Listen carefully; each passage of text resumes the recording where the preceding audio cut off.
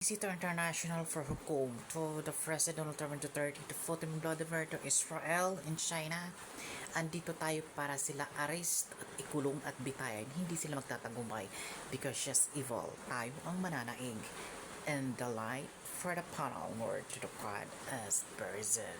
Pinatawan ng sanksyon ni US President Donald Trump ang 4 na hukom sa International Criminal Court dahil sa pag-i-issue ng arrest warrant kay Israeli Prime Minister Benjamin Netanyahu.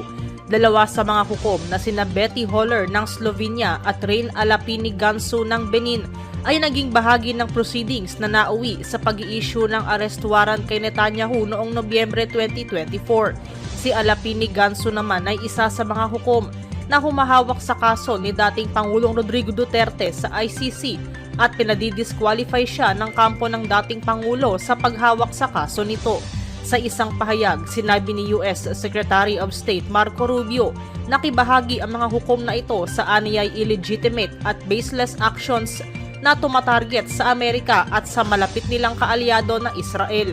Mariin naman itong kinondena ng ICC at tila hindi raw kinikilala nito ang independence ng isang international judicial institution na nagbibigay ng pag-asa at hustisya sa mga biktima ng unimaginable atrocities.